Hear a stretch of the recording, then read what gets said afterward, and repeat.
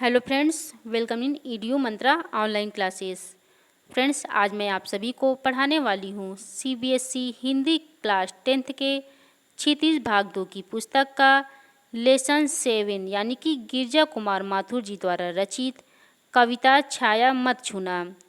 और इस कविता को आज मैं आप सभी को व्याख्या के माध्यम से पढ़ाएंगे। और पढ़ाने से पहले आप सभी लोग मेरे इस चैनल को सब्सक्राइब ज़रूर कर लें और सब्सक्राइब वाले बटन में जाकर बेल आइकन्स को भी दबा दें ताकि मैं अपनी आगे की जितनी भी वीडियो को अपलोड करूं उसकी भी नोटिफिकेशन आप सभी को मिलती रहे। तो फ्रेंड्स, जैसा कि इसके पहले की वीडियो में मैं आप सभी को गिरजा कुमार माथुर जी का जीवन परिचय, उनकी रचनाएं और उनके जन्म से लेकर मृत्यु तक की वो सारी जानकारियां आपको बताई थी जो आपके बुक में भी नहीं थी। और आप सभी को मेरी इसके पहले की वीडियो काफ़ी पसंद भी आई होगी। तो फ्रेंड्स, आज की मेरी यह वीडियो भी आप सभी को ज़रूर अच्छी लगेगी। इसे अंत तक ज़रूर देखिएगा और सुनिएगा भी। तो चलिए शुरू करती हूँ गिरजा कुमार माथुर जी के द्वारा रचित कविता छाया मत छूना। और जैसा कि ये देखिए यहाँ पर, जैसे कि आपकी स्क्रीन में ये देखिए दिया गया है गिरजा कुमार माथुर जी के द्वारा रचित कविता छाया मत छूना का सार रूप दिया गया है। तो इस कविता को शुरू करने से पहले मैं आप सभी को इस कविता का महत्व बता देना चाहती हूँ। तो आप यहाँ पर देख रहे हैं जैसा कि आपके बुक में दिया गया है। यहाँ पहले मैं आपके बुक का बता देती हूँ, उसके बाद मैं उसे समझा दूँगी। तो जैसा कि यहाँ दिया गया है, छाया मत छूना कविता के माध्यम से कवि यह कहना चाहते हैं कि जीवन में सुख और दुख दोनों की उपस्थिति है। विगत के सुख को याद कर वर्तमान के दुख को और गहरा करना तर्क संगत नहीं है। कवि के शब्दों में इससे दुख दूना होता है, यानी कि दुख दुगना होता है। विगत की सुखद काल्पनिकता से चिपके रहकर वर्तमान में पलायन की अपेक्षा कठिन यथार्थ से रूबरू होना ही जीवन की प्राथमिकता होनी चाहिए। कविता अतीत की स्मृतियों को भूल वर्तमान का सामना कर भविष्य का वर्णन करने का संदेश देती है। वह यह बताती है कि जीवन के सत्य को छोड़कर उसकी छायाओं में भ्रमित रहना जीवन की कठोर वास्तविकता से दूर रहना है। कविता में रोमानी भावबोध की अभिव्यक्ति देखी जा सकती है। तो ये तो था आपके बुक का। तो चलिए इस कविता के सार रूपी वर्णन के महत्व को मैं आप सभी को और सरल तरीके से समझा देती हूँ ताकि आप सभी को अच्छे से समझ में आ जाए। तो जैसा कि छाया मत छूना कविता के माध्यम से कवि गिरजा कुमार माथुर जी ने हमें यह संदेश देने की कोशिश की है कि हमें अपने अतीत के सुखों को याद कर अपने वर्तमान के दुख को और गहरा नहीं करना चाहिए। अर्थात व्यक्ति को अपने अतीत की यादों में डूबे न रहकर अपनी वर्तमान स्थिति का डट कर सामना करना चाहिए और अपने भविष्य को उज्जवल बनाना चाहिए। यानी कि कवि हमें यह बताना चाहते हैं कि इस जीवन में सुख और दुख दोनों ही हमें सहन करने पड़ेंगे। अगर हम दुख से व्याकुल होकर अपने अतीत में बिताए गए सुंदर दिन या सुखों को याद करते रहेंगे तो हमारा दुख कम होने की बजाय और बढ़ जाएगा। हमारा भविष्य भी अंधकारमय हो जाएगा। इसलिए हमें अपने वर्तमान में आने वाले दुखों को सहन करके अपने भविष्य को उज्जवल बनाने का प्रयास करना चाहिए। तो ये था कवि गिरजा कुमार माथुर जी के द्वारा रचित कविता छाया मत छूना का सार रूपी वर्णन का महत्व।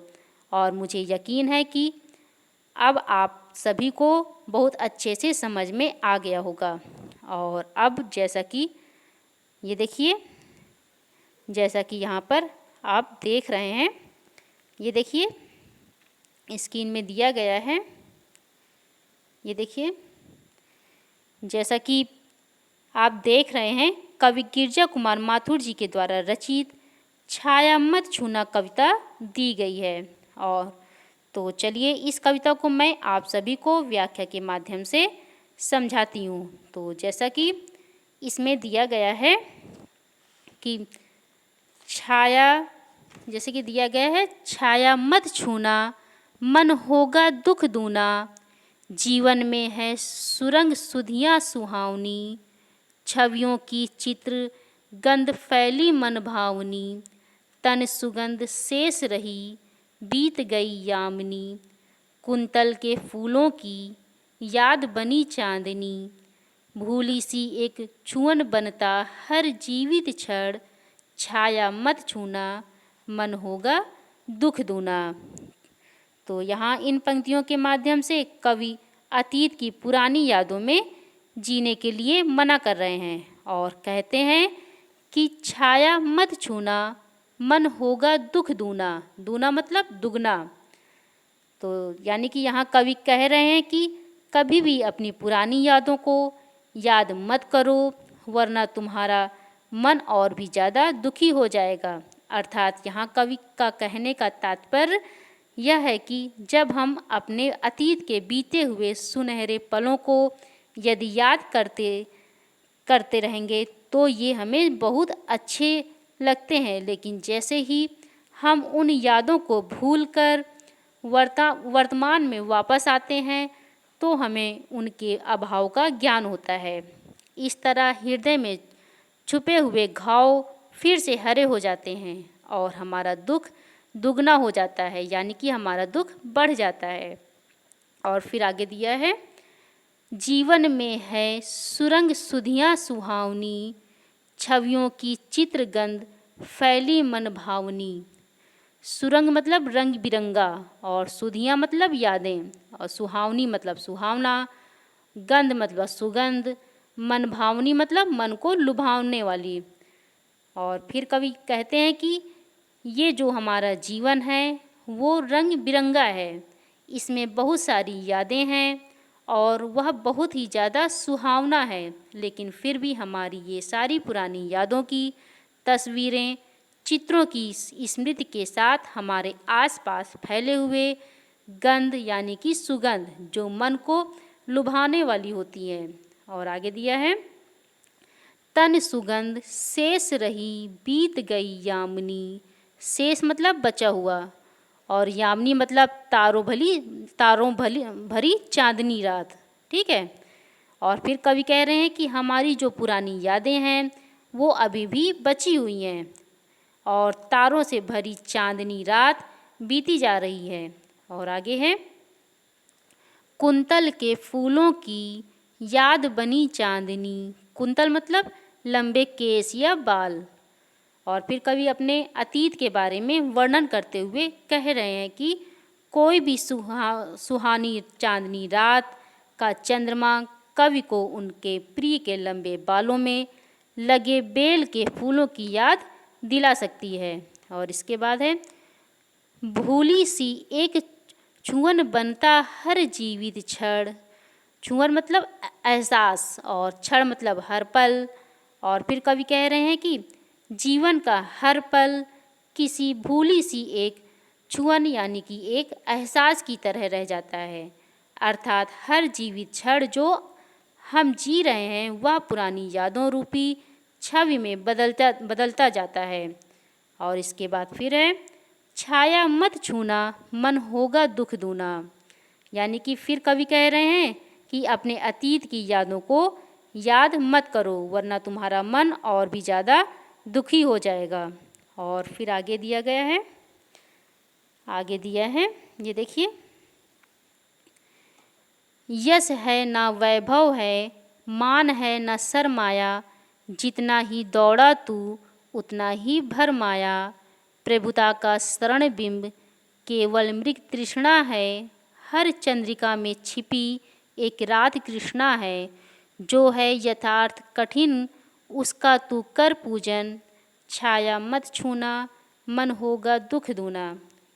यानी कि यहाँ पर पहले मैं आपको बता दूं कि इस कविता में कवि हमें यह संदेश देना चाहते हैं कि इस संसार में धन, ख्याति, मान, सम्मान इत्यादि के पीछे भागना व्यर्थ है।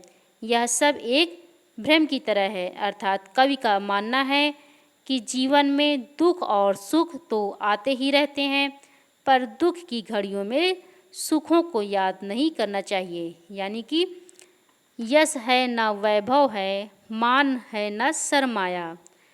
यहाँ वैभव का मतलब होता है खजाना या धन दौलत, और सरमाया का मतलब पूंजी या मोह कह लीजिए या फिर लालच, और यश का मतलब होता है प्रसिद्ध या शान शौकत। तो कवि इन पंक्तियों के माध्यम से कह रहे हैं कि मेरे जीवन में न तो कोई शान शौकत है और न ही कोई खजाना या धन दौलत है, और मेरे पास न तो मान सम्मान है और न ही किसी प्रकार की पूंजी है, यानी कि न ही मुझे किसी प्रकार का मोह या लालच है। और फिर कवि कह रहे हैं कि जितना ही दौड़ा तू उतना ही भरमाया। भरमाया मतलब होता है भ्रम में पड़ना। तो यानी कि कवि कह रहे हैं कि आप जितना ही दौड़ते जाओगे उतना ही ज़्यादा आप अपने अतीत की यादों को याद करते जाओगे, यानी कि तुम उसी भ्रम में पड़ते ही चले जाओगे। और फिर कवि कह रहे हैं प्रभुता का शरण बिंब केवल मृग तृष्णा है। यानी कि यहाँ पर प्रभुता का शरण बिंब का मतलब होता है बड़प्पन का एहसास होना, और मृग तृष्णा का मतलब होता है ऐसी तृष्णा जो प्रायः संभव ना हो। तो फिर कवि उदाहरण देते हुए कहते हैं कि जिस प्रकार हम प्रभु को पाने के लिए उन्हें हर एक चीज़ में ढूंढते रहते हैं, लेकिन वो हमें कभी मिलते नहीं हैं, हमारी सिर्फ इच्छा ही बनी रहती है। और इस प्रकार हम अपने अतीत की यादों को याद करते हुए और भी ज़्यादा दुखी होते रहते हैं। और आगे है हर चंद्रिका में छिपी एक रात कृष्णा है। चंद्रिका मतलब चांदनी। और फिर कवि कह रहे हैं कि हर सुख के पीछे दुख छिपा रहता है, ठीक उसी प्रकार जैसे हर चांदनी रात के पीछे अमावस्या की अंधेरी रात या काली रात छिपी रहती है। और आगे दिया है जो है यथार्थ कठिन उसका तू कर पूजन। यथार्थ मतलब सत्य और पूजन मतलब स्वीकार करना। ठीक है।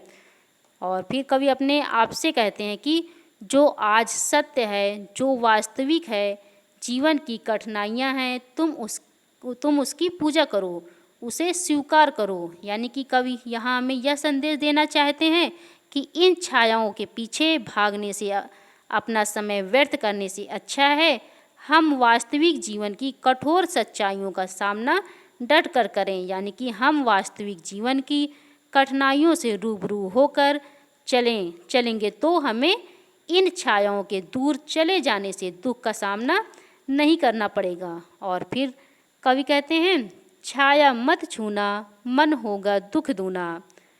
यानी कि फिर कवि कह रहे हैं अपने अतीत की यादों को याद मत करो, वरना तुम्हारा मन और भी ज़्यादा दुखी हो जाएगा। यानी कि अगर हम धन, वैभव, सुख, समृद्धि इत्यादि के पीछे भागते रहेंगे तो इनके चले जाने से हमारा दुख और भी बढ़ जाएगा।